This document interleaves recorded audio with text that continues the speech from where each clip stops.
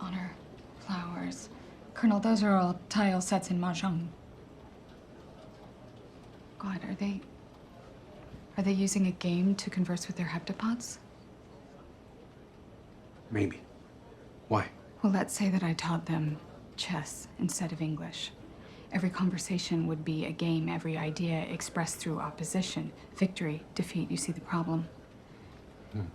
If all I ever gave you was a hammer. Everything's a nail.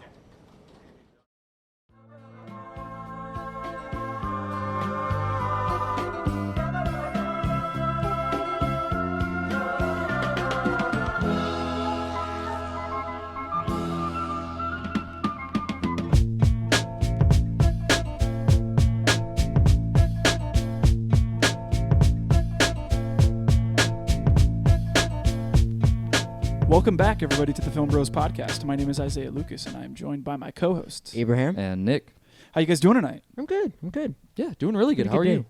I'm doing well. I'm like, this movie left me asking like Questions? like existential questions, like what is language? How do we explain certain things and all this stuff? And it was sick. It left me with a lot of stuff. So all day today, I was like feeling all philosophical and being like, isn't it amazing how like we like created words and like we looked at things and said, this is glass, like, and we're able to grab something and be like, this is like definitively glass, and like able to communicate and like, understand. Yeah. This film really makes you think about what we take for granted every day. Yeah. All that stuff. So this whole day I was like listening to philosophy videos on YouTube about like the old philosopher school of philosophy, like, you know, guys like Plato and Socrates and Aristotle and all that, and listening to their school of thought and all that stuff. And I was just like,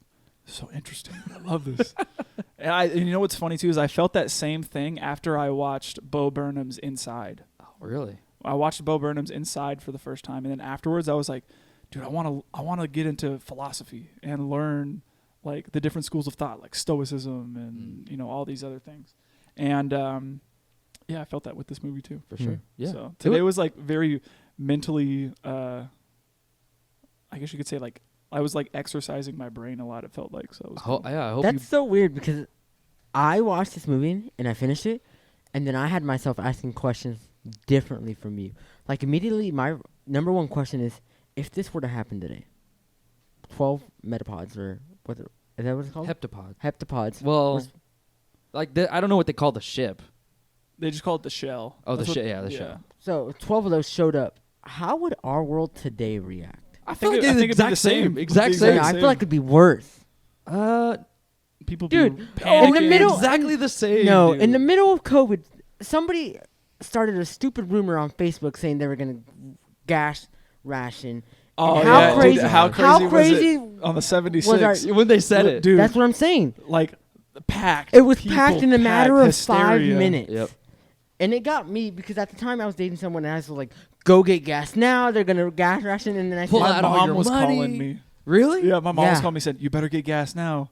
Like all this crap. And I was like, it'll be fine. and it literally started from a rumor like on Facebook. Yeah. But I'm just saying, if something like that causes that much chaos, imagine how something as big as this, how I think it would be the same. the same, especially when they show those news reporters, like those, like those looters fake and- news reporters being like, Yeah. "Oh, we gotta show them a Sinophores first because what if that's what they need?" Yeah. And they're just trying to incite the violence I don't know, of I the feel like crowds. people would react so differently and just Yeah. start freaking out. I don't know, man. Yeah. I have Because no it faith. also- No faith in humanity. It also just goes against of what we all believe. Yeah.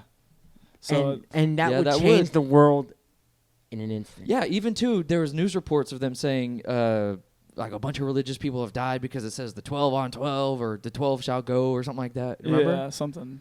was It like- was like a specific like cult Yeah. where they were like, oh, they said there was like mass suicides and all this crap. It sounds like what's his name with the mass suicide? Jim Jones No, is it Jim Jones? with the Kool-Aid. Yeah. I don't know. You know, they dressed up in Adidas and Oh no, that's Heaven's Gate. Heaven's Gate. That's the where he was like, oh, the comet's gonna pass by and We're we all have to gonna- leave our earthly bodies Mhm. in order to like go to the to the ship that's on the comet. Haley's car. Yeah, and so it's like if we Forget. want to do that, we have to leave our earthly bodies. So everybody drink this poison. I think it was like yeah. 50-something people. Oh wow. He Some- convinced 50-something people. Something like Yeah, that. I Jim think. Jones was even more. Really? Yeah. But yeah, that's just a different story. But that's what you saying that reminded me of. Yeah. As sad as it sounds, honestly like. That's part of the reasons why I love this movie is because it felt so real. And Yeah. It felt so like timely to now. Yeah. Yeah. And I don't know what if you do think that things would happen differently. What do you think would happen? We'd immediately show a sign of force and shoot I them. think Start or- shooting at it. I think a lot of people would form. I think people would form like some sort of militia. And because if our government is not doing anything about it, I think people would form a militia and then try to overtake the government. Because I mean, let's just look what happened last year in January 2020, 6th. in Yeah. 2021. Look at all those people. I mean, I'm not trying to get political or anything, but just something like that happened, and already a big group of people are like, "We're gonna overthrow you." True. So if the government's not gonna do something about an unknown object in our country, True.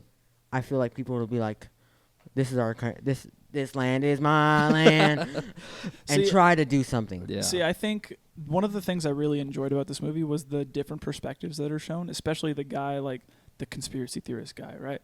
And like, especially in our setting, it's so easy to like sit here and be like, and get stirred up and be like, "What's the government doing? They're not even doing anything." Yeah, yeah.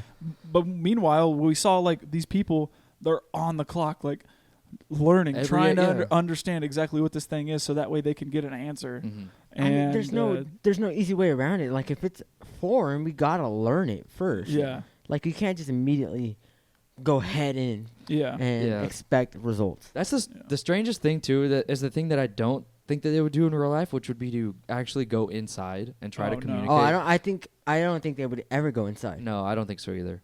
Like I don't think they'd ever try to have the first contact or anything.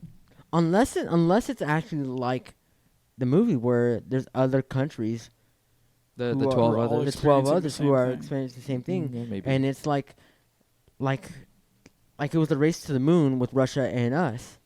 Like who's gonna be first to the moon? Mhm. Oh, It who's may- gonna get the technology Who's gonna first? who's Yeah. gonna get the first look at this foreign object? Mm. Yeah. What's inside?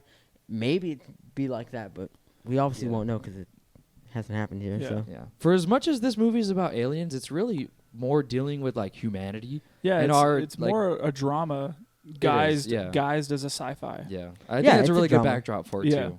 And one of the things that I think is really that works in this movie's favor is because it has that lens of being a sci-fi, it can do anything it wants. yeah, Literally anything. I have So- and 'cause that- I and have it- questions about the And ending it, of and the movie.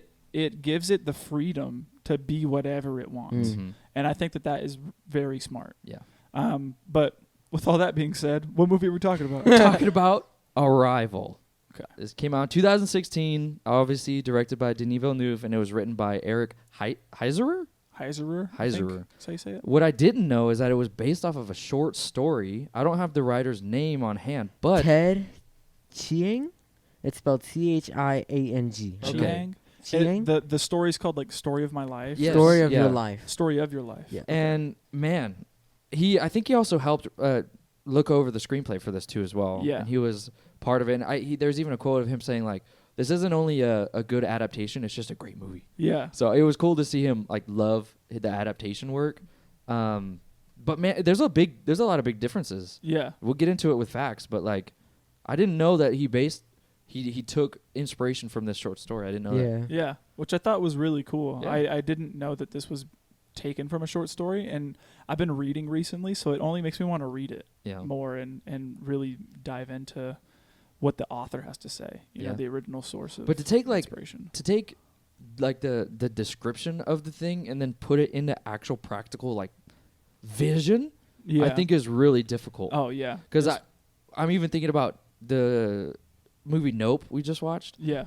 and even that too. I'm like, dude, your mind is working 1,000 miles an hour just to try to visualize that, Yeah. try to communicate that to the audience. You know what I mean? Yes. So I feel like this has the exact same thing, especially with like how foreign the design feels. Mhm. It feels like no humans would ever even think about creating something like this. You know what I Yeah. mean? Like it's not your traditional, starship like Star Wars ships Yeah, where they or have like the big propellers or or like whatever. flying saucers. Yeah. You know. It's just like a rock. Yeah. It's like a half of a. It kind of looks like a banana. Yeah. You know what it kind of reminded me of?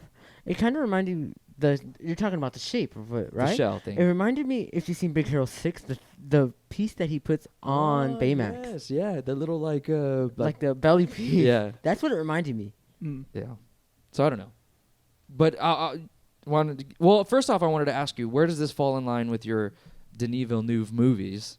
Is this one of the top ones? Is it lower than a few others? Because I'll immediately say, I think I like his other films more, especially Prisoners. Yeah. But Dune above all. I think Yeah. Dune is my favorite, I think and this will be Prisoners below would be my those. favorite. I think I agree with you, Nick. Oh, really? Yeah, I really enjoyed Dune, and watching Dune first, I immediately was like, "Oh man, this guy has such a great grasp on what sci-fi is." Dude. You know, he knows what makes a good sci-fi, and so it was really interesting to watch his first entry Mhm. into that genre, and then be like, "Wow, this was really good." You can actually, see how he got Yeah, better. yeah, you can see how he progressed. Yeah. Because like he took everything that he learned from making Arrival and translated that into Dune and just made it better. It's so And it much was just better. like, this is awesome, dude. I loved every minute. I think of I it. would put So- Sicario over this movie.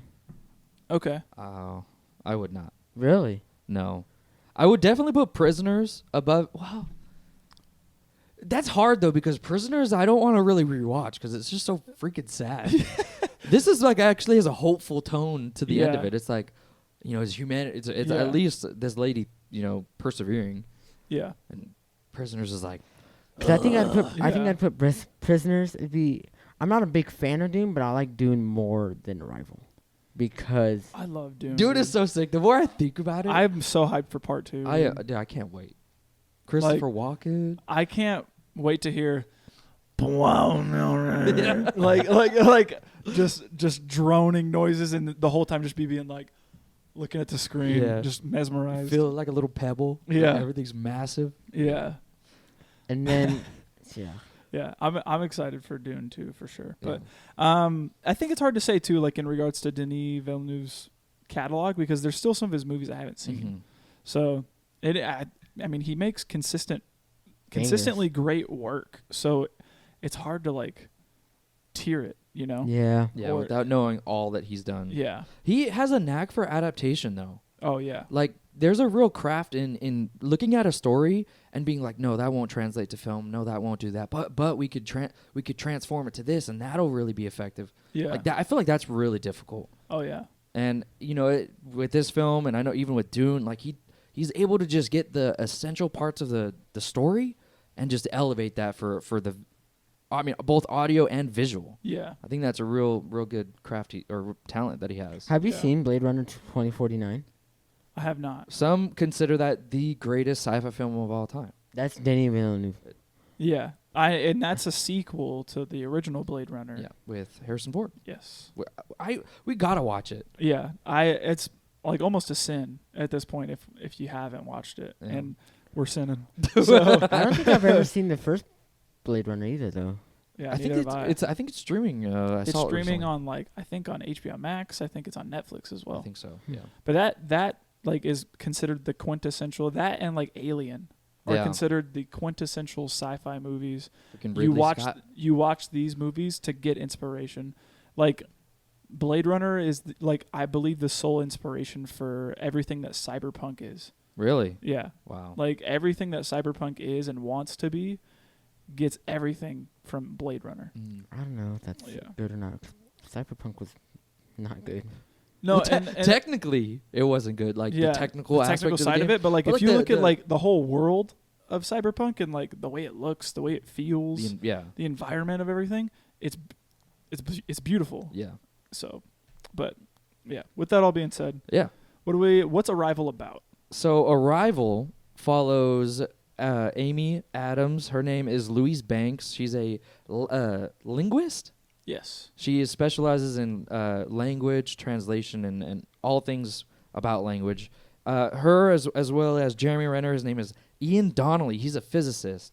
They both get together because foreign aliens land around the world, 12 of them to be exact. And no one knows why. No one has any idea why. So they get these two guys or these two people to come in to visit the alien and to try to get to find its purpose. Mm-hmm. And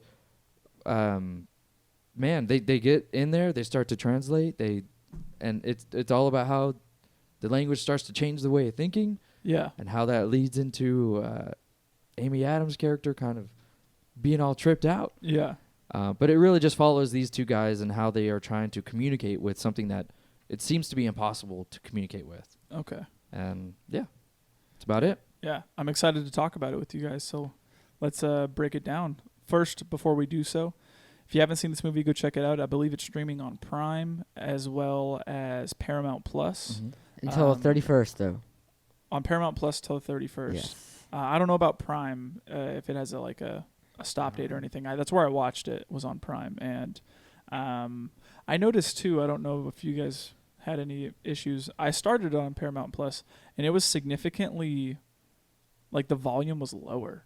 It was way more quiet on Paramount Plus, and then when I went to Prime, it was significantly louder. Really? Yeah. It was really strange for some reason. But Mine was fine. The only thing that I noticed that was wrong on my Paramount Plus is that the captions were a little ahead. Oh, okay. Oh, that sucks too. Yeah. That sucks because it's a spoiler right there. You read it and you're Yeah, like, wait, what? I want to say it was Yeah. like 3 or 4 seconds ahead. So it would say it and then it would show it and then they would say it. Like it wasn't that much of a difference, but there was a difference. You could tell. Yeah. That's Okay. the only problem I had on Paramount Plus. Yeah, that's the thing about streaming. Because you never trust the It's hit and miss. Yeah. playback. You Yeah. know, I've gotten issues with Physical. Hulu, now with Paramount. Yeah, I'm Yeah. hearing. So it's You need physical copies. yeah, and it sucks too if, because if the internet's ever to go down, guess what? Streaming off Out. the table. Yeah. You need physical copies. it sucks too because we see these kind of like defects and we're like, was that intentional? Yeah. I don't know if that's Exactly. intentional. I mean, it could be.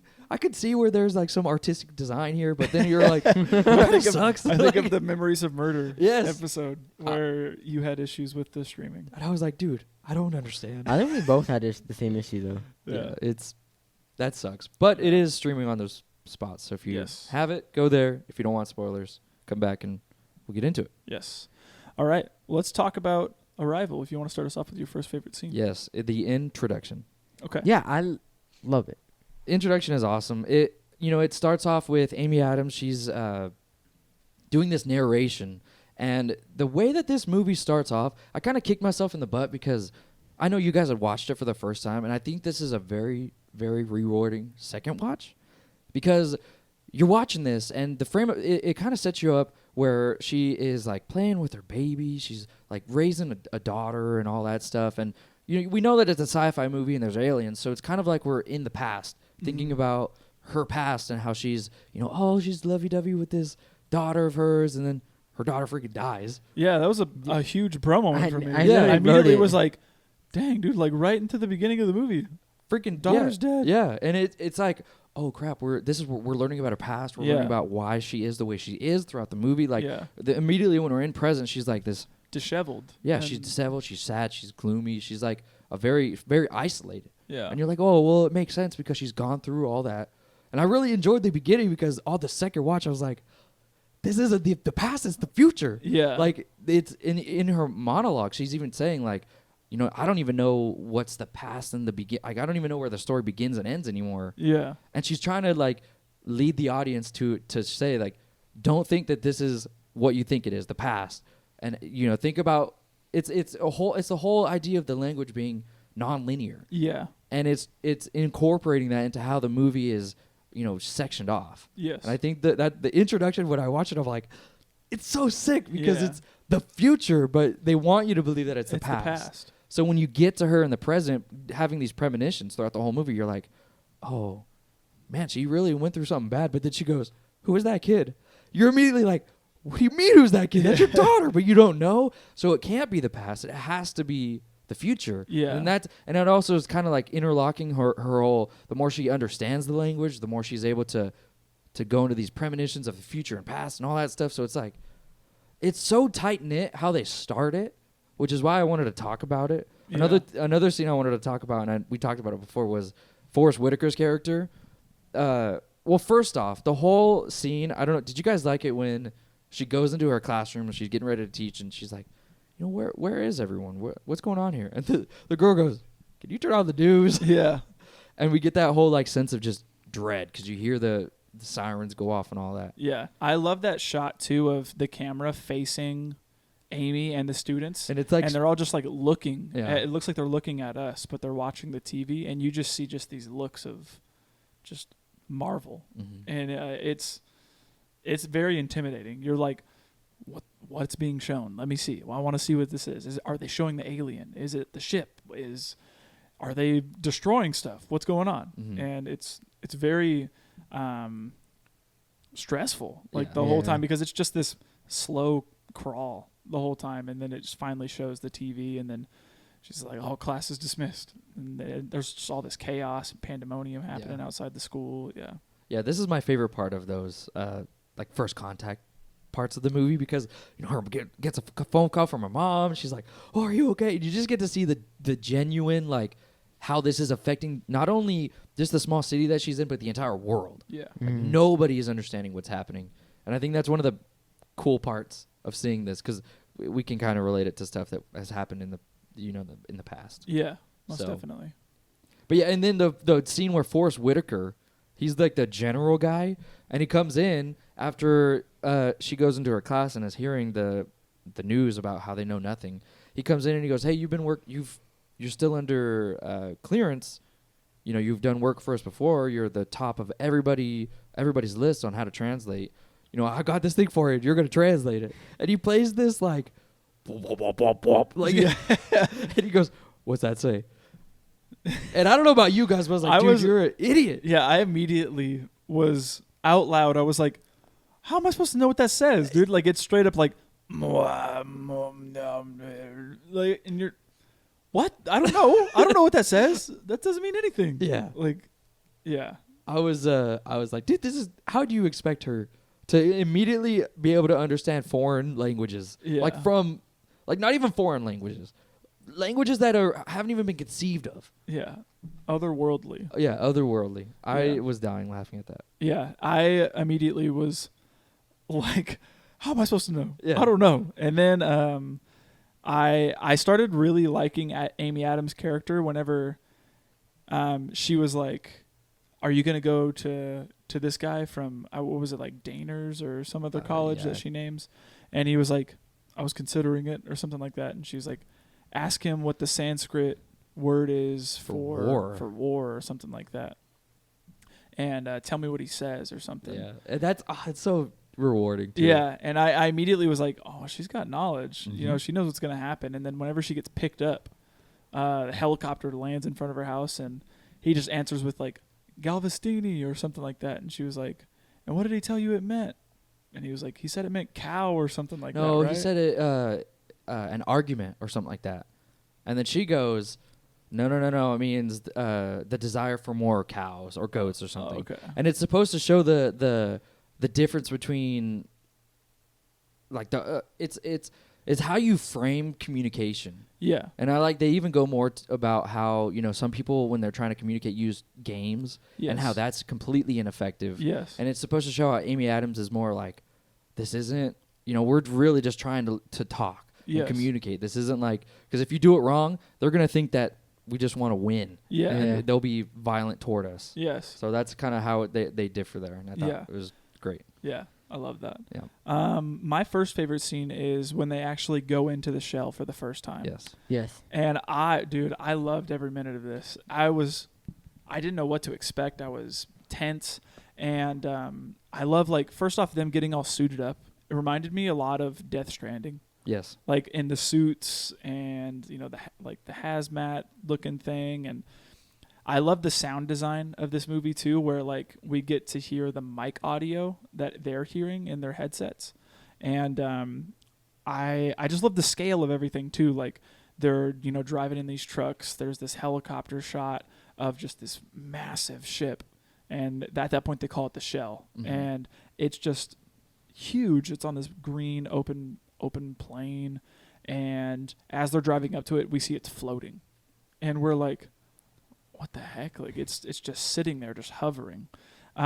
Everything just looks ominous, and it like there are some points too where like I kind of thought like, is it just like a black hole? Like there's just no detail to it or anything. It's just black, and it's just sitting there. And I loved how tense everything is in this whole lead up, because it leaves your imagination to wander. It does. Like the entire time you're thinking like, what's gonna happen? Is it gonna be like Alien, where like a xenomorph is gonna pop out and like start killing people? What's this gonna be? You know, so the whole time, you know, my stomach is just churning because I'm like, what's gonna happen, dude? I don't know what to expect. You know, is this gonna be like a scary type of movie? Is that what's gonna happen here?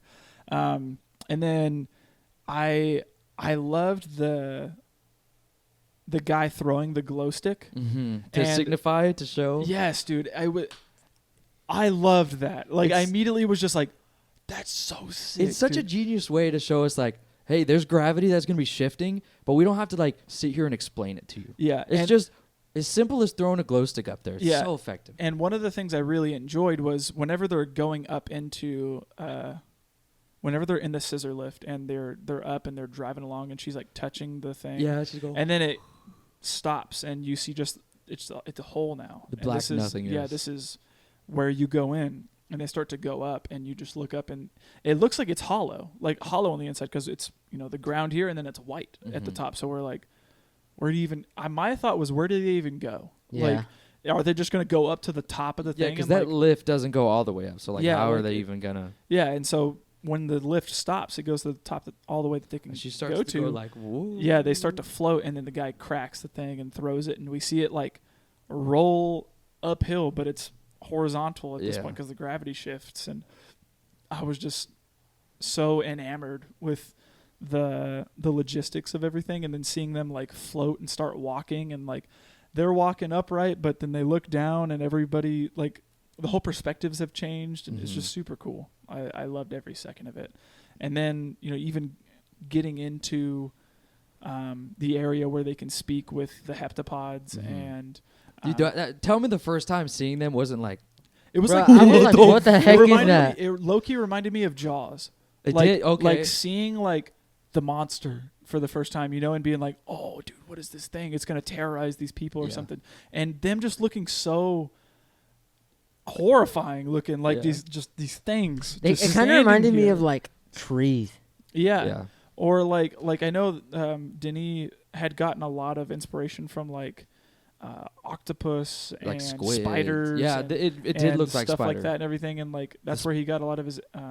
It kind of looked like a hand, honestly, but like with really seven limbs, and they're like paper thin, just going. Yeah, they look like crabular almost. Yeah, and that would freak me out. I would try to like. Yeah, and so as soon as you see him just like approach, I'm like, what the heck are these things, dude? They're gonna like tear this place up. Yeah, you know? Yeah. Not only to look at these things, but then to have the gall to say hello. Like, dude, no. How are you gonna communicate with this thing?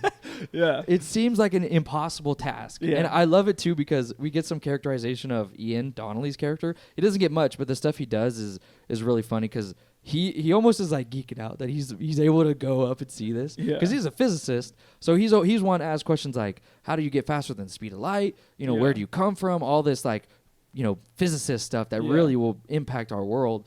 And then she straight up goes, why don't we just try talking to them first? Yeah, like, let's just talk to them. And he straight up just goes, I guess I'll bring the coffee.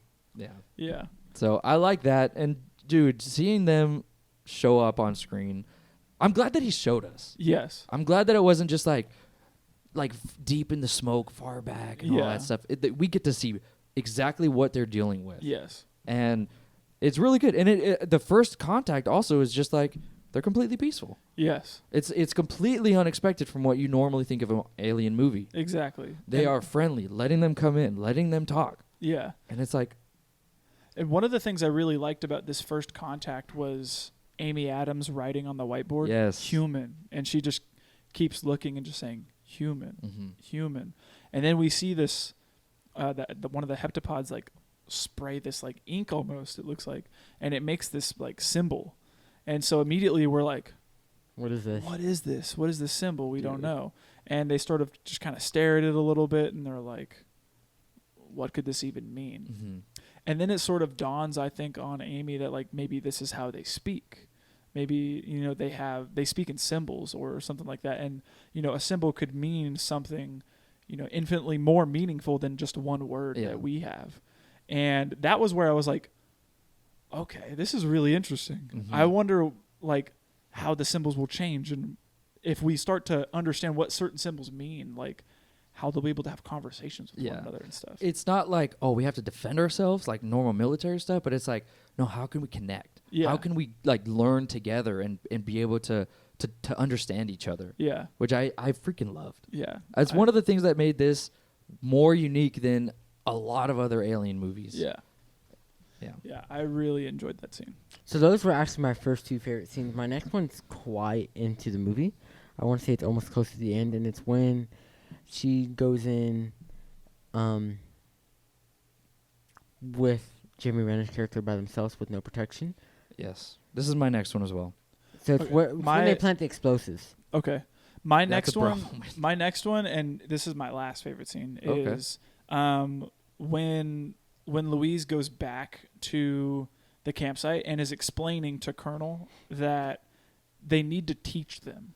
Oh, yes. And I think it's like, I believe, if not right after this scene, because immediately everybody's like, all right, what do they want? What are the answers? Your And they're directive like, is to find their purpose. And she's Yeah. like, she literally writes it out and is like, do you understand how difficult this is? I mean, not even the question, even just focus on the actual question. Yeah. We need to get them to understand what we're asking them, that we want a response from them and what that means. Yeah. And then she goes on they and need breaks to up. understand pronouns, Yeah. like all this stuff. Because she wants to start off by saying like the common stuff like eats, walks, breathes, stuff Yes. like that. And he's like, well, that's going to take us forever. How are we going to get, like, we need something here now. Yeah. And it's supposed to show like how impatient humanity Yes. is. And that Which was is true, though. and that was one of the things that I got very frustrated about. I was like, it's like what, the first couple of days, like I understand the need for an answer and like the wanting for immediacy. I get that. I'm human, Yeah. but like these things take time. It's a Yeah. different and like situation. it's a whole different species. Like we have to learn about these things, and we can't automatically assume that they just are little green guys with big eyes that know everything. Like you saw these pictures, you saw what they look like. Yeah. Like, and I just loved the attention to detail in them being like, do they even know what a question is?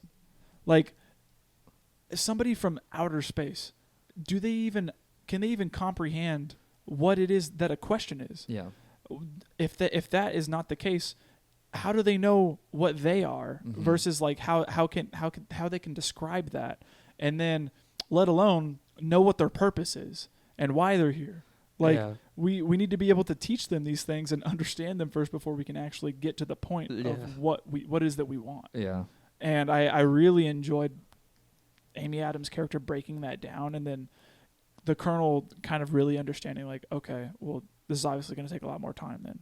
And I don't know, it was really interesting, and it was in that moment where I was kind of like, oh wow, okay, so like we're really breaking down into what it is that communication is, Mhm. and trying to convey meaning, and also convey questions and certain things that mean other things and all that stuff. It was super cool. Yeah. Before you go to yours, the scene where she goes in there and they're trying to get them to just say their names, and she wrote out Luis, and she goes, Luis. Yes. And then she starts to understand, like, I need to get personal. yeah, I need to get personal. I need to take all this Just equipment takes her off. suit off. She takes it all off, and all the guys are like, what the? Yeah, I love this. That was what's a going good on? scene. Like, they end up letting her do it, but I think this is when we get the first sign of contact, too. when Yeah, they where both she get puts up her there. hand up, and then Which is amazing. And I think that it's so cool that she's, like, willing to... And it also kind of harkens back to, like, oh, yeah, she's kind of willing to die because she is pretty much has nothing to Yeah, live she for has- because she yeah. lost her kid. Yeah. So it makes sense for her to be the first one to step out and be Mhm. like, yeah, I'm going to die, whatever. Yeah. And I don't know. I also wanted to ask you a question of, like, do you think taking that off had an effect on her? No. Because that's kind of the first time that they Because shoot the blackout. yes, but also Jeremy Renner's character, I'm blanking up his name. He took his suit off He too, does it Ian. too. and he didn't get affected by it. And Yeah. they still shot the black stuff out. Yeah, Yeah. that's true. Yeah, I couple this in with that favorite scene that I just talked about because I think it happens right after. Yes. But yeah, I love this whole scene, and I think it's cute too how they name them. Yeah. Abbott and Costello. Yeah. And because they're back in the day, Abbott and Costello were a comedy duo on television, and it's just cute that they named this duo Abbott and Costello. Yeah. That was cute. So my favorite scene is. So a little bit of context is. There are other 12 ships or whatever, are in different countries in different places of the world, and I think China was the main one who people are starting to follow. And China now cut off contact with everybody else. Oh yeah, It's so frustrating. And it's frustrating it because was, I feel China like did it, and then Russia followed. Russia too, followed, and then everybody did it. Yeah, But people are watching the news and just coming up with ideas and being like, "We got to attack now." Like I said early on in the pod, but like I feel like this is what people would do. They would just go attack. yeah. So you get this scene where they come down from having contact with Abbott and Costello. And these military people go up and just plant explosives. And this is where, Lindsay is her name, right? Louise. Excuse me. Louise is like, I got to go back up there now.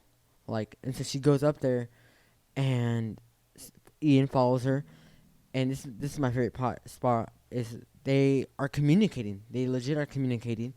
And because they get to the scene where I guess they have like enough circles or whatever enough of their language where they can build off and have a conversation. Mm-hmm. And it's This scene is it kind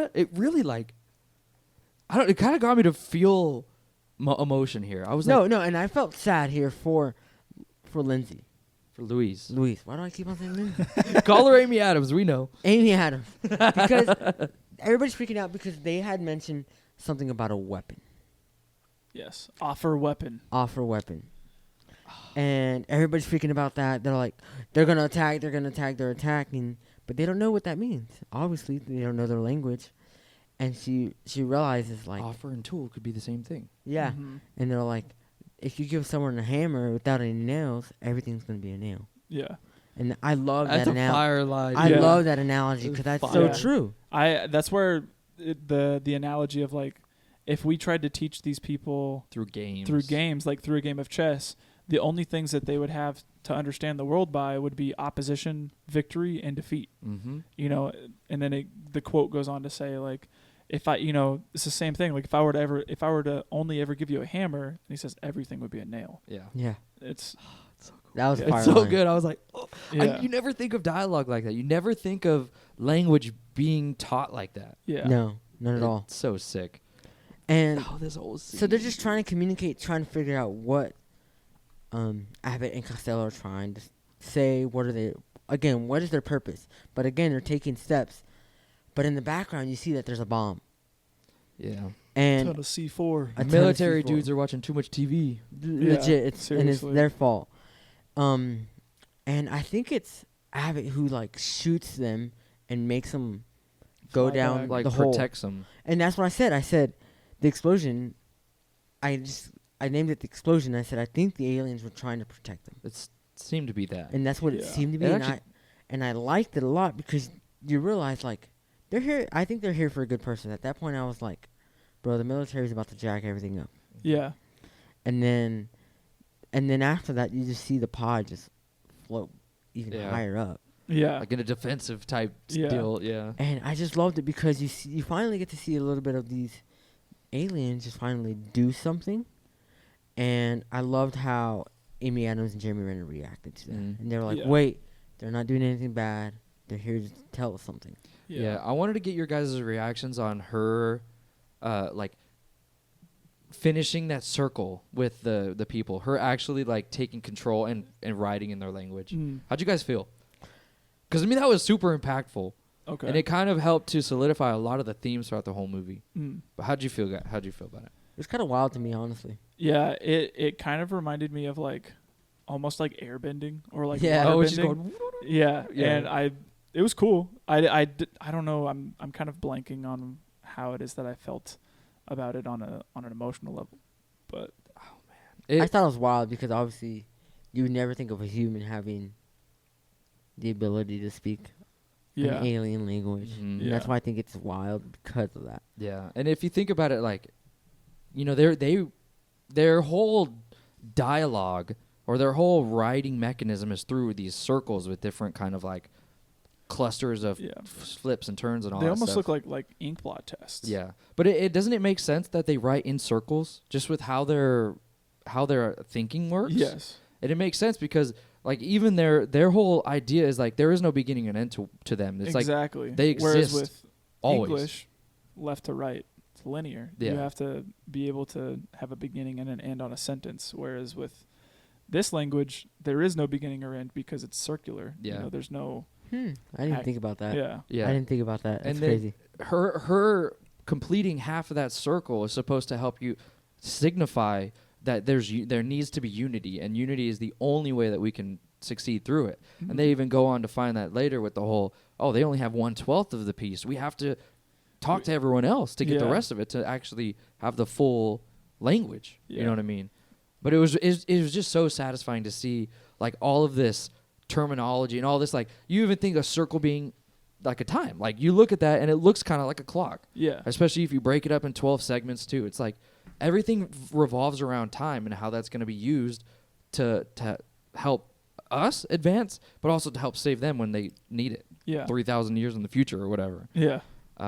So whenever I saw that, I was like, man, this is so powerful to see her like understand it completely. And I think that's where because she's even getting more of these visions now and getting more of these, seeing her daughter and her raising up and kind of getting that whole like, I'm piecing it together. This is my daughter.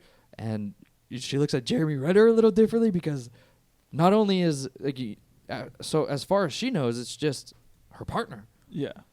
But no, it's like, this is her husband in the Yeah. future, her person she's gonna have a kid with in the future. Mm-hmm. And I don't know, it was just really powerful. And then to see the aliens actually be saving them, Yeah. pushing them out, catching them in midair, I loved it. Yeah. I thought it was super a great way to show this. Yeah. And I think this also is this what kills Abbott as well. Yeah. I believe so because I can't even. when, Yeah, when they because- go back, Costello says Abbott is death process. And that's my Yeah. next favorite scene. Death process. It's hard to even think about death for them because they don't even say it's like a process. Yeah. And what does that entail? Maybe he's wounded. I don't Or know. He's in the middle of purgatory. Yeah, or he's in the something? middle of dying. I don't know. Or like, I Well, don't let's know. talk- I let's don't talk know. Or he's in the about- process of like decomposition. Like, yeah, maybe. I don't know. I don't know. But yeah, let's talk about That's- this scene because that's that's when what- she actually like This is my last Goes favorite in. scene. communicates. And And we get the actual subtitles. yeah. I was like, I was what like, the- what? And that, which is insane. But again, so the pod just lifted up, and it's probably 100 feet in the air, whatever. Yeah. And she's like, we have to go in there now and talk. And so she goes literally by herself, no protection, nothing. And they send a little pod down for her to get in. Oh, Yeah. I'd be terrified, And- dude. The whole film, she's like this. Oh, Yeah. legit. I was about to say, what would you do if like you saw that and it was you, like nobody else, and it sent a pod for just you to go in? Would you go in? Nope. I'm not kidding it, bro. Would you go in? I'd like to think I would, but I don't think I would. I think the only reason I would is because they have not shown any Sign of force. Yeah, Any sign of force. aggression Yeah, or no anything. aggression. Like even the ship that they come in has no emissions, no radiation, nothing. Yeah, It it's literally perfect is- it's perfect for the environment. It's not putting out polluting gas. and- Nothing. It's literally nothing. Like they have shown no sign of aggression. It's only been the humans. Mm-hmm. And the only sign of aggression that they show is them literally moving farther away. Like there's been nothing. So Yeah. I would be more inclined to be like, well, why would they do it any different now? Like we can actually communicate. Yeah. So she gets in this little pod, and it just right as she gets in there, it closes and then takes her into there. It like And the gas comes up, and I feel Yeah. like she gets like teleported, kind of. Yeah, almost. I feel like she freaked herself out For sure. because she didn't know what was coming out of that pot of the smoke, and she starts like a little bit of hyperventilating. And again, I think she just freaks herself out. But then she gets inside of the other side of the glass, Mhm. and So cool. I thought it was so cool because you see Costello show up, and they're legit having a conversation. Like you said, the subtitles come up, and I was like, bro, like, that's how far they've advanced. Like, finally, someone can have a conversation and understand what's their purpose, what's their plan, why are they here. And I loved it because something you might not agree with. I just found myself kind of bored in the beginning of the movie, first half of the movie. And finally, when something like this happened, I was like glued. I was like, this is what I needed. And it was just nice to see that they're not there to hurt anybody. Yeah. And I don't know, I loved it. Yeah, I liked it too. I like the whole idea of them having to help us so that we can eventually help them 30,000 years later. I thought that was really cool. Yeah, this whole scene, and this is kind of the reason why I asked you about the smoke, is because when the smoke, it almost looks like it like affects her heavily, and that's why she's able to, you know, communicate even more without using her little iPad thing. Yeah. So I don't know. I don't know if that was the thing that they were trying to bring up or not. But seeing that, I was like, and I like that it's not just in some random part of the ship, because we don't and we don't know entirely how big the ship is. I mean, like, they're talking to them, and it almost looks like a big TV screen. Yeah. And we see them, and then Abbott and Costello like fly off, and it looks like this place is at least a couple miles big. You know what I mean? But then we get to see, like, we're still grounded, and you know, she looks over, and you get to see the other side of the screen. Yeah. So we're like right there, still in the ship, still exactly what we know. Yeah. And man, I freaking loved it. This is like the most satisfying part, because they even say like, what we're here.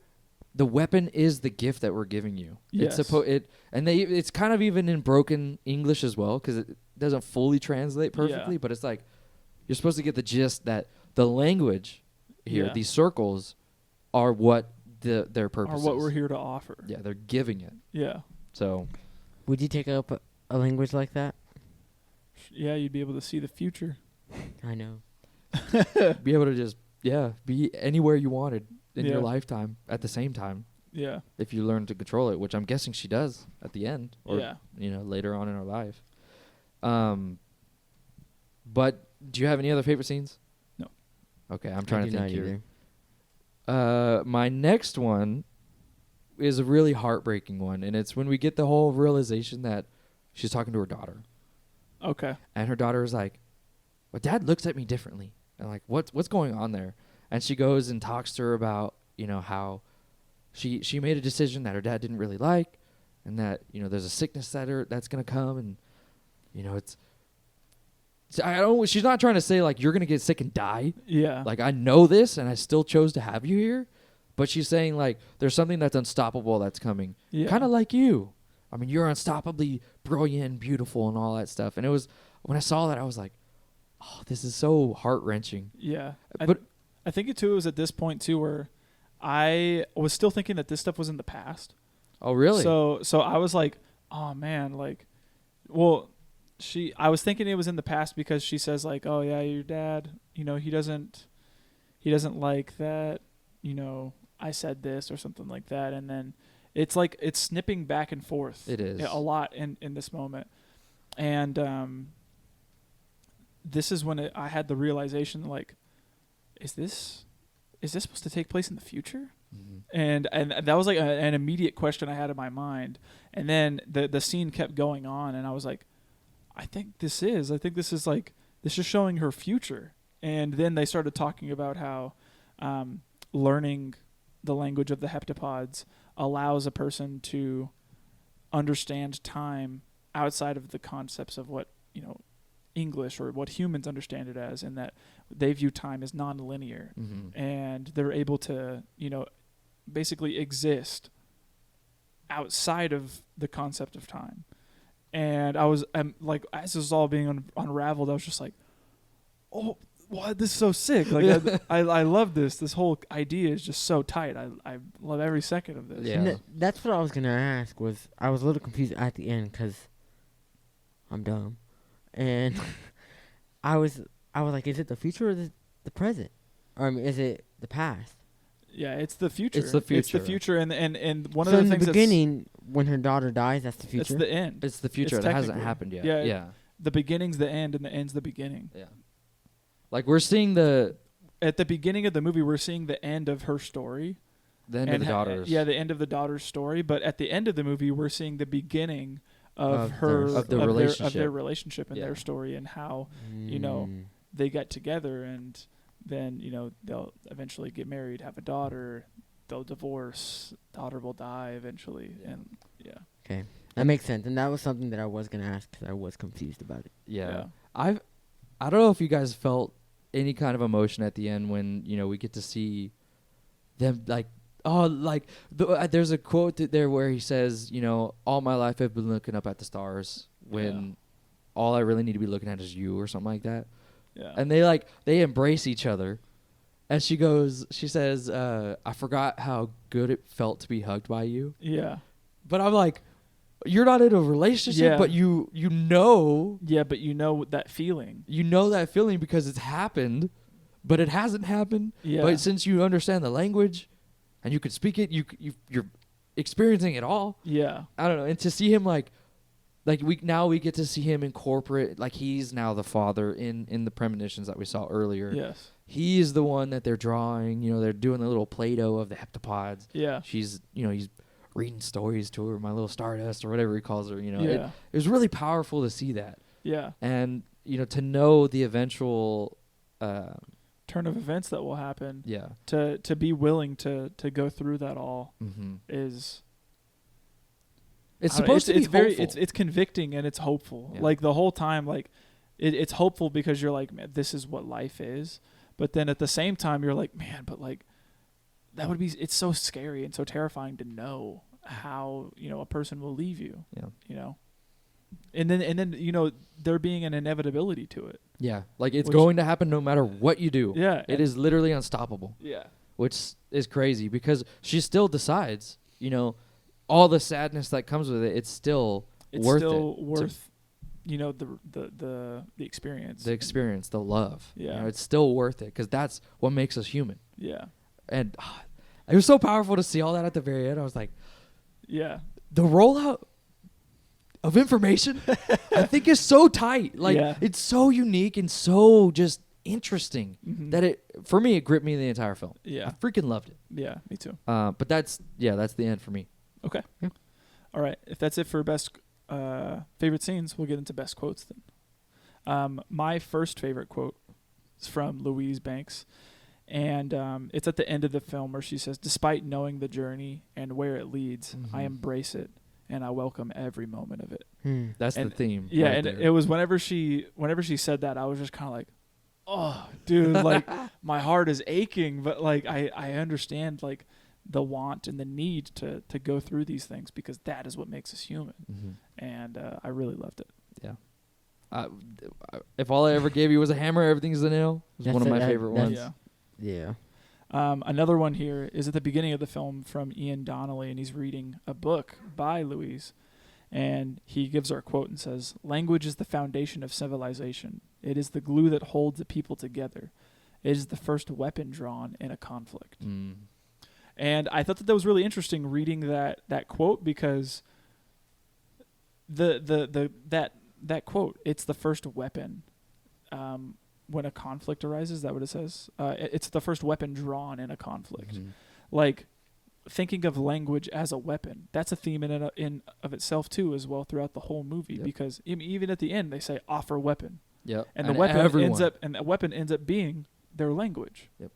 So Nothing destructive. yeah, and it's just super interesting. It's almost like the idea of palindromes that get brought up in the film. Yeah, no. Yeah, and how like everything, in the beginning also ends the same, and then you can reverse it and it's have everything still be the same. yeah.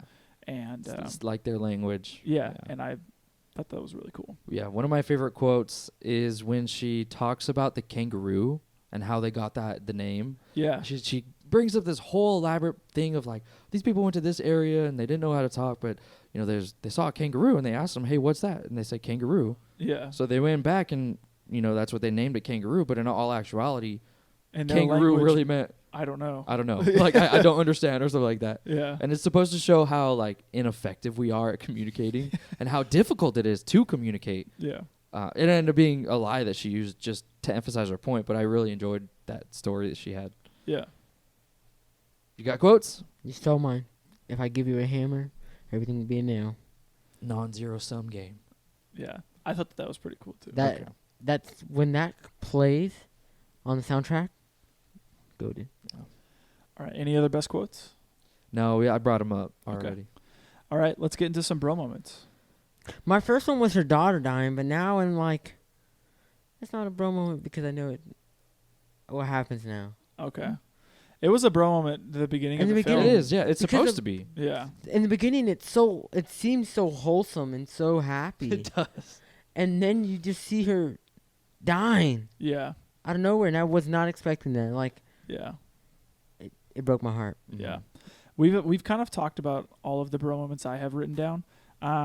But it was a huge bro moment for me finding out that all the stuff we had thought was past tense was actually future. It is yet to happen. And we've been getting these almost like visions of deja vu throughout the film, and then being able to piece that stuff together, or the film showing us something that has yet to happen and then it happens. Like I think immediately of the hands. Like she has her hands and then you see the black, dust coming around them, and then, it cuts to a couple other scenes, and then whenever she gets to go into the pod and actually communicate, it shows that shot again. It does. And I'm like, okay, this is the future that's happening. So she's getting these little cuts, these little glimpses of things that have yet to happen, and then they take place. So that's, I think, kind of why it reminded me of like deja vu in a sense. Yeah.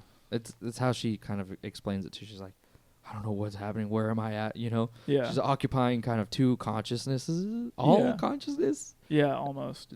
Interesting. My next bro moment we didn't really talk about is the general of China being like, we're declaring war. We're declaring war, and they do. And then the whole idea of her having to get his personal phone number to call him to say his wife's dying words to her to end the conflict. Yeah. I was like, bro, this is crazy. To see how like what would you even call it? It's not remembering. She's knows, almost like you said, operating between two sets of consciousness. That's crazy. She like knows in the future. She's presently, She's presently in the future. It's almost like Inception, right? It's like, kind of weird. Like she's presently in one moment, but in the future is also present.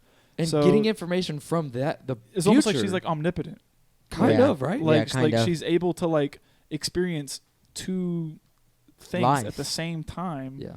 And then bring information back and forth between those two states of being. I can't even fathom. I can't even fathom that. It's so weird to think about that. Yeah. I have a couple. And they're not like big bro moments, but I want to know why she still showed up to school even though there is like a world crisis. No one was that's there. true. No one was there. She walks through the cafeteria. Alien invasion happens, and she's like, "All right, I gotta time go to work learn about soon." Hungarian." Yeah, it's like And it's not a big bro moment, but I was just like, what are you doing? Like, what are your priorities right now? Yeah. And then imagine a whole, I almost cussed, a whole helicopter showing up in your backyard. yeah, that's pretty that'd be crazy. terrifying. And I immediately thought of like where we live and where you live. Like I said, your parking lot, our parking lot? Dude. Just yeah. Yeah.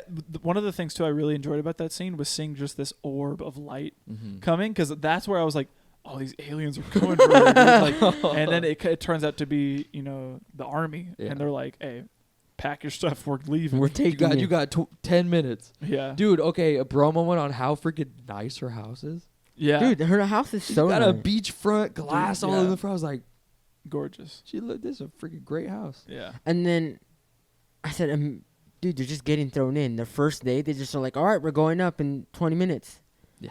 They got thrown in. Straight up giving them like juiced up shots. They should have just gave it. They give him They gave vaccine. him vax. Yeah. Yeah, it's like supposed They to give him be. Moderna. Yeah. Yeah. They were like giving him like boosters to boost their immune systems, and then Probably like a vitamin B12 shot or something. something like that, Yeah. and then sending them up there in Which hopes is that that would. insane. And that was a bro moment for me too, was them doing this stuff and then thinking about, this is an otherworldly thing. If there's any bacteria on this plane whatsoever, it is completely different than anything we know here on Earth. It would destroy us. So what's the point of doing like these shots if they do encounter any bacteria, it's just gonna kill them or we like, have no get them sick. We have no way of treating that stuff like, at all. No. Like our body would be destroyed. I feel like because there's no defense. yeah, exactly. There's no defense. You're getting introduced to a whole new, disease or Whatever, school of bacteria, and there's nothing to defend it. Yeah. Like, That's part of the reason why they were like, "Don't take off your suit." Like, Yeah. what the? Because they go every time they go and get that like wash of yeah, the whatever that liquid is. yeah, But yeah, another bro moment is when they actually pull the guns out and are defending the bombs pretty much. oh yeah, I was like, shoot, they really like they've lost all hope pretty yeah. much. They were wanting to. They went X Games mode. Yeah, they did. It's crazy. Yeah, and I said, bruh, they really gonna blow this up? They're dumb. It's kind of crazy. It's so weird to think like this is a insanely intelligent thing, and I'm just gonna put some bombs in it. I'm just gonna kill it. No, Like- but like to even think that you could kill it. yeah. Like, Well, not even kill it, just I be think like, that's just that's the human thing. I isn't think it? so. Isn't it to just be like, I don't understand this thing. Let's Let's get rid of it. Like, yeah, and I feel like we do that a lot, though. yeah, and that's the sad part, right? Is that we don't even take the time to understand what this thing is. They're like, I don't get it. Kill it. Like it's yeah, sad. That's the whole freaking point of the movies. Even Amy Adams goes on to say, like maybe this is the one chance we get to actually be allies with each other. Yeah. And be a world united rather than a bunch of separate countries. Yeah. We have all of the opportunity, but no one's willing to Nobody's take it. really Yeah. Because humanity is so sucks. Oh, it sucks. It's just like it's so you want it, I feel like this is just the easiest answer. Yeah. Is this. Like Yeah. just talk and communicate. But no, it's all about power and politics and all this stuff that my drive. Yeah. seriously, we stay hungry. We We devour. We We take with ours. Yeah, that's Americans right there. frustrating, dude. So frustrating. It doesn't do anything. Literally in the entire film, it doesn't do anything. The start of the conflict is because of humanity. Literally. I just Yeah. think it's so Do you think fitting. China declared war because they couldn't get anything out of it? No, it's because they heard it said like give weapon to them is what they translated it as, right? yeah. And so immediately they're like, oh, they're gonna kill us. They're Like, gonna take our nukes. something like that. Yeah. Any other bro moments? I don't got no more. Nope, me neither. Okay. If we're at the end of the bro moments, let's get to some facts then. Sure. Yeah, the budget's pretty cool actually. Not cool, pretty good. It took $47 million to make this estimated. Opening weekend it brought in 24 million. For grossing for US and Canada made $100.5 million. And then gross worldwide made $203.3 million. Nice. Wow. So it made it well worth its money. Heck yeah. Awesome. I have down here, this is an Oscar-nominated film. I heard. It was nominated for, I believe, Best Picture of the Year, Best Acting, and a lead role, a couple other nominations. However, its only winner was in sound editing. Really? Yes. And I think that's very fitting, too, because I really love the sound design in this movie. I freaking do too. Yeah, so very fitting that Dude, it won that's the crazy. Oscar. It was nominated for 8 Oscars. Yeah. And only won 1. Mm-hmm. That's crazy. What did it? What did it lose to? Yeah. I don't You'll know. have to look at that one up. For me, I have some facts about the original short story. Okay. There's a video on YouTube that's called, oh gosh, what's it called? It's a they talk about the they bring up the differences between the short story and the actual story, and they actually have like Denis Villenueve talking about stuff that they've changed and the original screenwriter trying to determine what they were saying. And one of the things that they did in the short story was never have the aliens arrive to Earth. They never did in the short story. Oh, okay. And they only talked through one of the guys says, we can't have a movie that's all about talking on Zoom calls. Is how he described it. Okay. Which I thought was really funny, but they never came to Earth. Would be weird. Yeah. Most Really, definitely. really weird. And then another thing that they changed is the daughter's death. It was originally supposed to be caused by a rock fall accident, but instead of cancer. But they didn't like that because they wanted time to feel more deterministic. Yeah. And they thought it would feel more significant if she actually had the choice to have the kid, and then to have an unstoppable force take her away. Yeah. And a rock fall kind of is just like, hey, don't mess Just with the don't rocks. go on the rocks. Just don't go on the rocks. Yeah. Like it could be avoidable, Yeah. whereas cancer is not avoidable. Yeah. So I agree that I love the changes that they did. Yeah. And there's plenty more. I mean, the first cut of this film I think is like well over 3 hours. Oh, wow. With what they have, like, because there's remember the scene where they're doing the montage, and it's Jeremy Renner's character, he's like narrating. Yeah, he's narrating, and we get to see him walk, and the heptapod walks with him.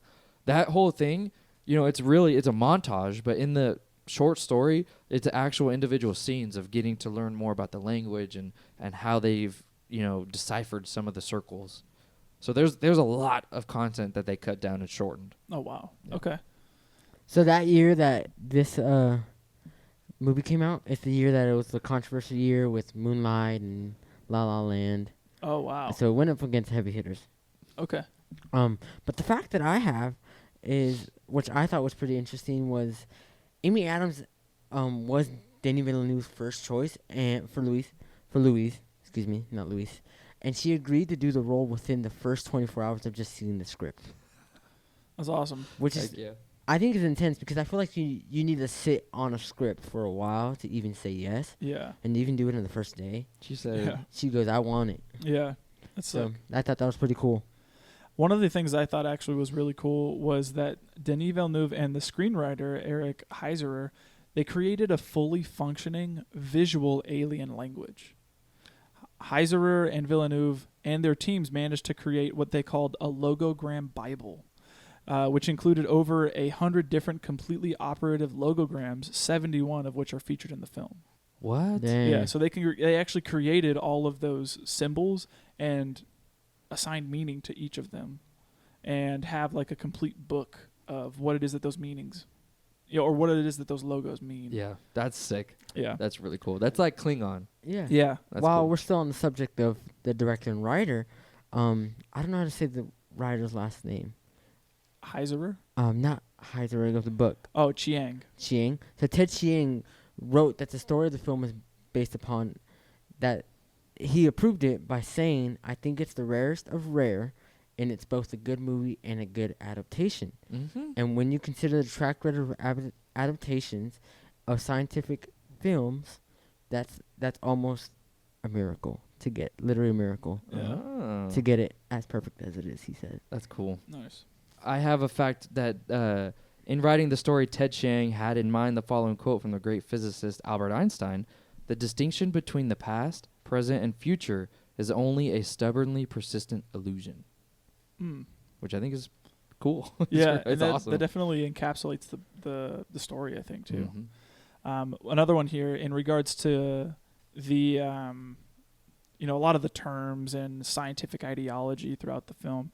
Denis Villeneuve and the writing team took extensive efforts to ensure that the movie's scientific ideology was accurate. They brought on renowned scientist and tech innovator Stefan Wolfram and his son Christopher Wolfram, and they were consulted to ensure all terminology, graphics, and depictions were scientifically sound. Mm. So a lot of this movie, if you break down into like theories and formulas and scientific terms and stuff like that and everything, it's all based in reality. Yeah, because I think there's a fact that I read that above, when she writes that question that the colonel wants to ask, right above it is an actual formula. And what's the formula? I think it was like the formula for time or something like that. Yeah, something like that. Yeah. For entropy or something Yeah, like that. yeah. Entropy. Yeah. Which is crazy. Something. Forget exactly It's what a big. was. It's a big formula. Yeah. And yeah, I said it like, yeah, man, entropy. Yeah. You Oh, know what that is. That's an easy I don't concept to know. understand. What is Entropy. it? I have no idea what entropy is. It's it's hard to explain. It's really hard to understand. It's Okay. like the ability to work or something like that. Okay. I don't know. We'll have to do some more research on that. Yeah. My last fact here is the film's score composer, Johan Johansson, stated that he started recording the score before the movie had even started filming, and that he and Denis like to work on the music as the director's films are being made. So, as this movie is being filmed, he is currently writing the work alongside it to match the feeling. You know what that kind of reminds me of, and it's gonna sound very dumb, but you know that Halo song, the theme, How could you not? the guitar version though? Yeah. That guy literally heard the soundtrack and then wrote that piece, and that's what it reminds me of. Yeah. But also, Johan Johansson is just one of the goats. Yeah. All the stuff he does, I love. All right. Any other facts? That's it for me. Me as well. Okay. What didn't work for this movie? I would have to say, I was about an hour in, and I had to use the restroom, so I paused it real quick, and I went to go knock on Alexa's room, and I said, "Did you like this movie?" And then she immediately looked at me like I didn't like this movie, and because she has that look, and you were on the phone, I believe, and you were like, "What?" You said, "Is he saying he doesn't like it?" And I said, "It's not that I don't like it. It's just I expected it to be a little different, because I feel like with aliens, it's not typically not like this." Yeah. And to the point that I'm getting at, I thought it was just a little slow for my liking. Okay. That's fair. But I liked the movie. Don't get me wrong, I liked the movie. But it was just, I found myself like, okay, like, something needs to happen now. Like, Yeah. they've messed with this pod already for a while. They messed already with it. Like, something needs to happen. Something drastic. Yeah. And that doesn't happen to me, at least in my opinion, until about like an hour and like 20 minutes in. Okay. That's something that I didn't like. Okay. I'll have to say one of the things that I did not like was there were some points where the CGI looked a little bad. Like I think specifically when the gravity gets flipped for the first time, like Amy Adams' face looks like it's like pasted into the helmet or like into the suit. And then there's a couple other parts, I think, whenever she actually goes into the chamber where the CGI looks And she's a like little floating and her hair is... Yeah, it just looks fake. It looks doesn't... super spotty. When I saw that, I was like, what? Yeah. This doesn't look real. Like, Yeah. this is not believable one bit. Yeah. When I saw that. I would say the other thing is there's a lot of spoon feeding at the end. Yeah.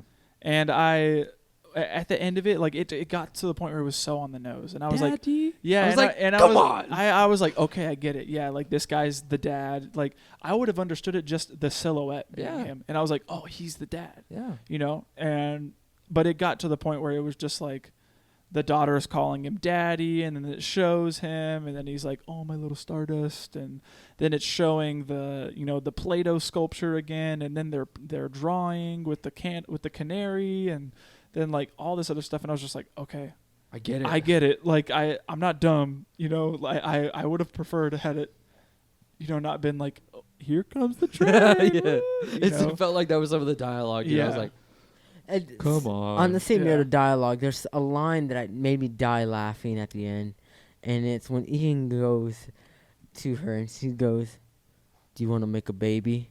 Yeah. And I was like, bro. I know, Lisa told me, she goes, who says that? Like, nobody says that. No one. Like, I would never go up to my significant other and be like, hey, you want to make a baby? Unless you're trying to be funny. Yeah, unless you're trying to be like funny and playful.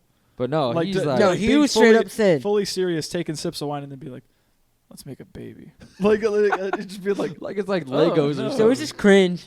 yeah. Yeah. Let's hop in the lab real quick. Let's make a baby. The freaking scientist. I'm really upset with the trailer.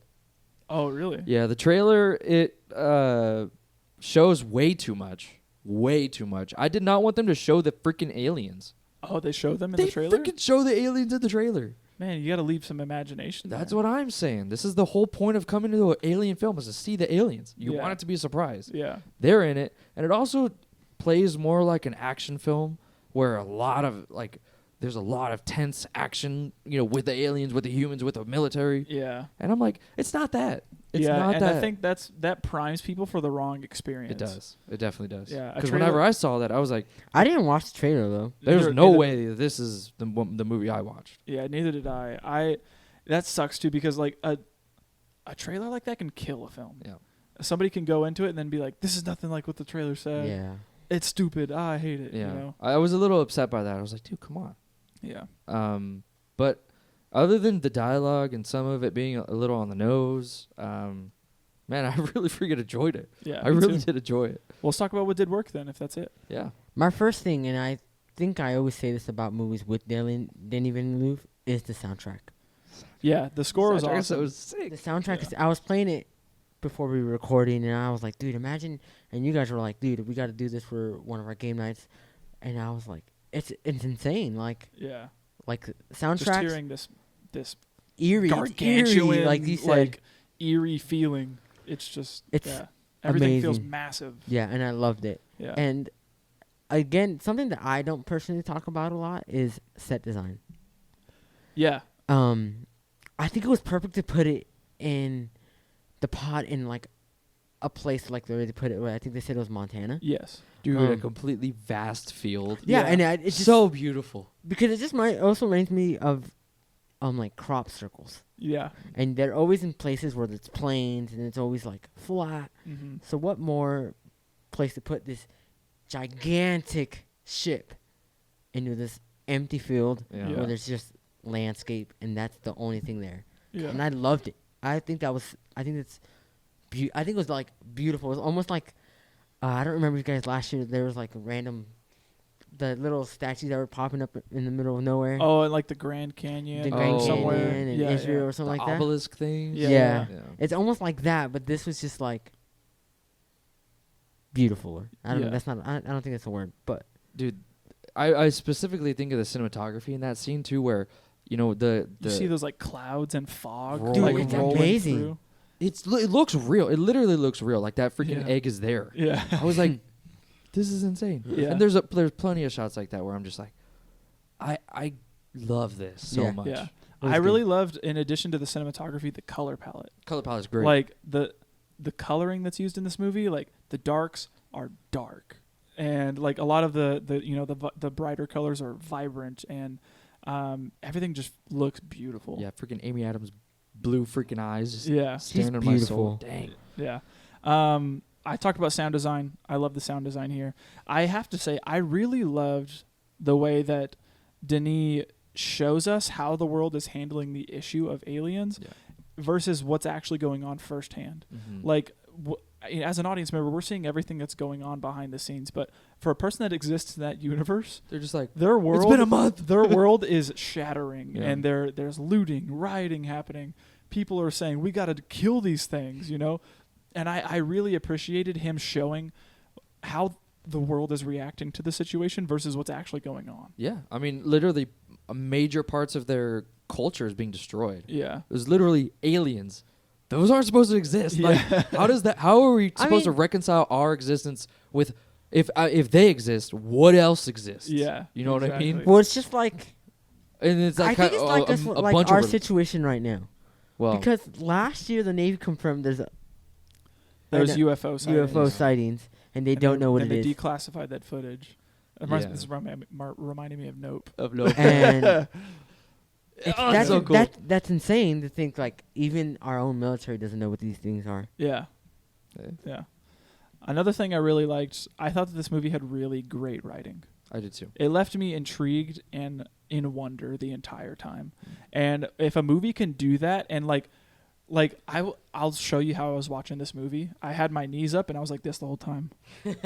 Like the thinker. I had my fist like up here by my mouth, and the whole time I was just like, "Huh, that's so interesting. That's so cool." Like, and I would sit there and contemplate like how they understand these certain things and how the heptapods speak non-linearly and all that stuff is really cool. Yeah, I really enjoyed the pacing. I know you'll disagree with me, AB, but I loved it. It's not that I disagree. I think from like an hour after the first hour, after that, it's perfect. If it, Well, it's only 2 hours, so so the second half of the movie, if it was like that the whole movie, maybe I would like it more.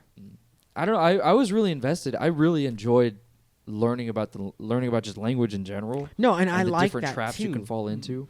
And I thought that was engaging. That's like pretty much what the whole front first half of the film is like, first off, who are these people, and then how are they supposed to communicate? Yeah. And what communication even means. It almost kind of makes me want to learn a new language. I know Start to dream in that language, dude. imagine learning that language. Yeah. I'm gonna start drawing them. Dude, in regards to the pacing, I love the way they paced out information. Yes. I think that's one of the most rewarding things about this movie is the kind of twist and how they framed it in the past and the beginning, but it's really the future, and you can never know what begins and where it starts, you know. Yeah. I loved it. Yeah. I have to say lastly too, I just thought there was phenomenal acting. Yeah. I thought acting for this movie is carried on Amy Adams' shoulders. Seriously. Amy Adams is like Atlas with this movie, dude. Like she is just backpacking it, and she really kills it in this movie. I really enjoyed her. For as little as Jeremy Renner's in it, I liked his character. Yeah. I guess that would be what didn't work. He needed more. Okay. He needed to be more involved in the plot of actually being helpful. He only kind of does like one thing. Something at the end. Yeah, and it's like, come on, Yeah. give me more. But yeah, Okay. well, for what he was, I enjoyed. Forrest Whitaker, he was fine. I mean, That was one thing that I wish I saw more of because I love Forrest Whitaker. yeah, he didn't do bad. He didn't do bad, He but was I just a military guy. Yeah. Nothing like. He's the guy that's asking all the questions we want to know. Yeah, Like, pretty much. all right, why are they here? Yeah, Why haven't you figured anything out yet? Tell me what's going on. Yeah. Like, he's yeah. for the audience. Yeah. For like, what the heck? Yeah. Anything else? For what worked? No. No. Okay. Who wins this movie? Amy Adams. Amy Adams. All right. She's the goat. Goes without saying. Yeah. What are some themes for this movie? I didn't write this down, but I was thinking about it while we were talking. And this might sound dumb, but just sit back and listen. Okay.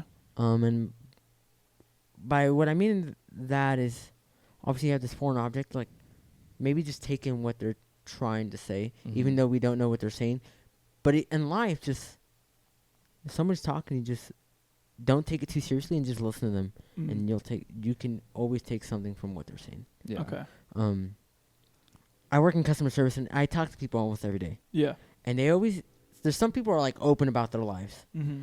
And I think with this specific customer who always comes in once a week, always on a Sunday, and they always just are straight up about their life, like what's happening. Yeah. And recently, yesterday, they were like, this amazing thing happened, and I thought about it because they were like, I just listened. Like, I did what, and they're a religious person, so they're like, I just sit back and listen, and I'm doing amazing now. Mm-hmm. And so I was just like, like maybe you just got to sit back and listen. Okay. And that's one thing. Yeah. I think even with that too, it's like, it's really easy to choose violence very quickly. Oh yeah. Yeah. Especially with like people you don't want to talk to. Or things you don't understand. Yeah, exactly. And I think this film really says like violence is not the answer. And Yeah. it's almost entirely like the destroyer of language and of humanity and all that stuff. Yeah. And it was very fitting that like the main source of conflict was humanity. Yeah. And it's because of our inability to sit and listen and be patient Yeah. with these unknown creatures. I mean, Yeah. you want an answer. It's literally been 2 days, and they're like, "Why haven't you figured out their purpose?" Yeah. It's hard. It's like It's much more It's complex. It's than much that. more. Yeah. they don't have patience. Yeah. The only thing I have, it kind of piggybacks off of what you had said, Nick, and it's more or less just themes of humanity and the concepts of time and what time is. Mm-hmm. And I have to say, I really enjoyed the themes that are brought up in the film. And I would think that having watched it now, it would only make a rewatch feel so much more rewarding. It is cool. So it definitely does make me want to go back and revisit.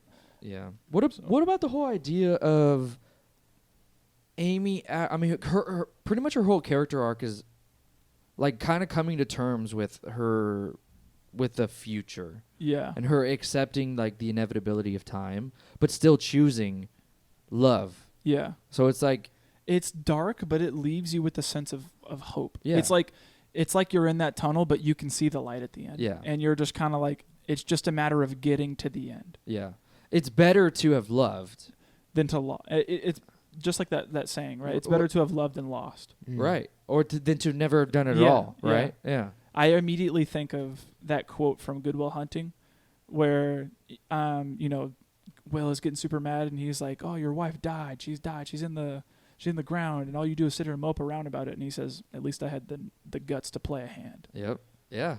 It's You know, that's got to be a theme there of like Yeah. she chose to go through that and to cherish all those memories with her daughter and with Yeah. knowing full well that she's gonna die and she's gonna get divorced. Yeah. So I don't know. It was just very unique. It felt uniquely human, Yeah. and it was a nice thing to see. Yeah. Most definitely. What are we rating this? I'm gonna give this one a 9. Okay, I'm piggybacking off you too. I'm giving it a 9. A 9 for me, dude. It was great. You shocked? Yeah, I was not expecting that from you. A 9 to. Oh, you're thinking I was gonna give it a 10? No, I thought you were gonna give it like an 8. But I'm giving it a 7. Okay. Fair. Yeah. I liked it. Yeah. There's just little things that I didn't like. Fair. Okay. Yeah. Didn't give it a 10 because there's definitely things that could be worked on. Yeah. But I do think a 7's good for me. Okay. There you go. Yeah. Perfect. Well, that's it for the episode, you guys. So if you did stick all the way to the end, we do appreciate it. Make sure you're leaving likes, subscribes, comments. Make sure that you hit the bell on YouTube so that way you guys are notified when the uploads come out. We've been trying to schedule them like right around 9 o'clock. So hopefully around that time, if you're working, if you got something to do during the day, that's a perfect time for you to sit along with us and listen to what we say about that week's movie. So check us out on YouTube. It really does help out. We've been seeing a lot of growth over there. It's really cool to see. Also, if you don't want to watch us on YouTube, audio platforms or podcast platforms, whether that be Apple Podcasts, Spotify, Google, all that stuff, you can get all the episodes there.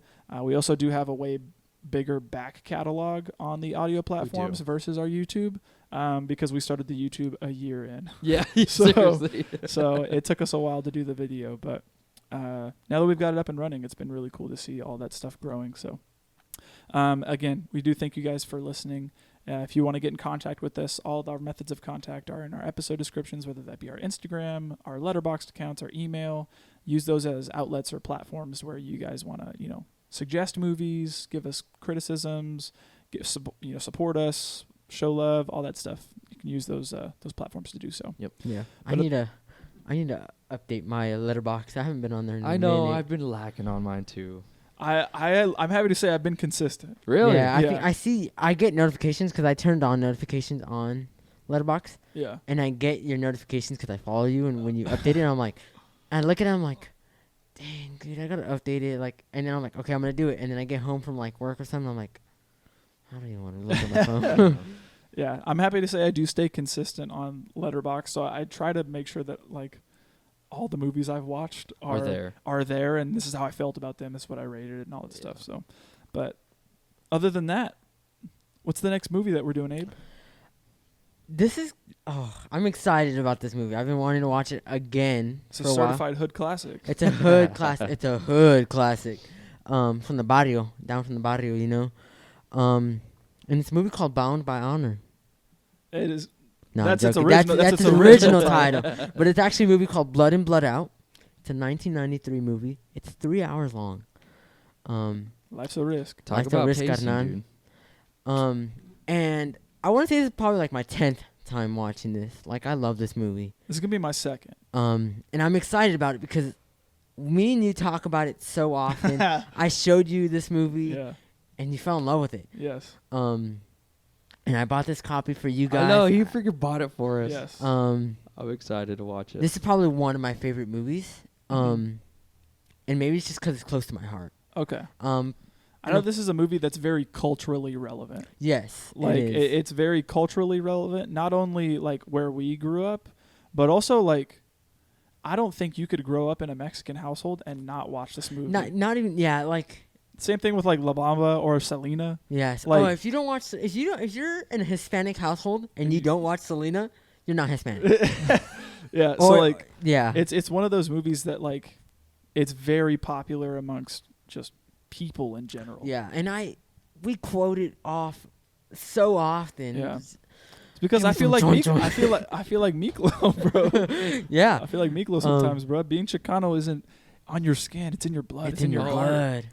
So I'm finally gonna get into all these inside jokes. Finally. Yeah, I've never watched it. I'm very excited for you to watch it. I'm excited too. Again, it is 3 hours, but it's a long haul, but it definitely doesn't feel like that. At least on the first watch for me, when we stopped, because we stopped the first time, And we were probably like and an it was hour like and a half it was in. like we was like 12 in the morning, Yeah. and I was like, I can't do another 2 hours. But the first like hour that I had watched, I was like, that didn't even feel like an hour. Yeah. And it was riveting. It's going. It's always going. Yeah. I That's what I'm mean, talking there, and I will say there is probably some a little bit slow spots, but Yeah. then it'll pick right back up. Yeah. But again, it is the movie called Blood and Blood Out.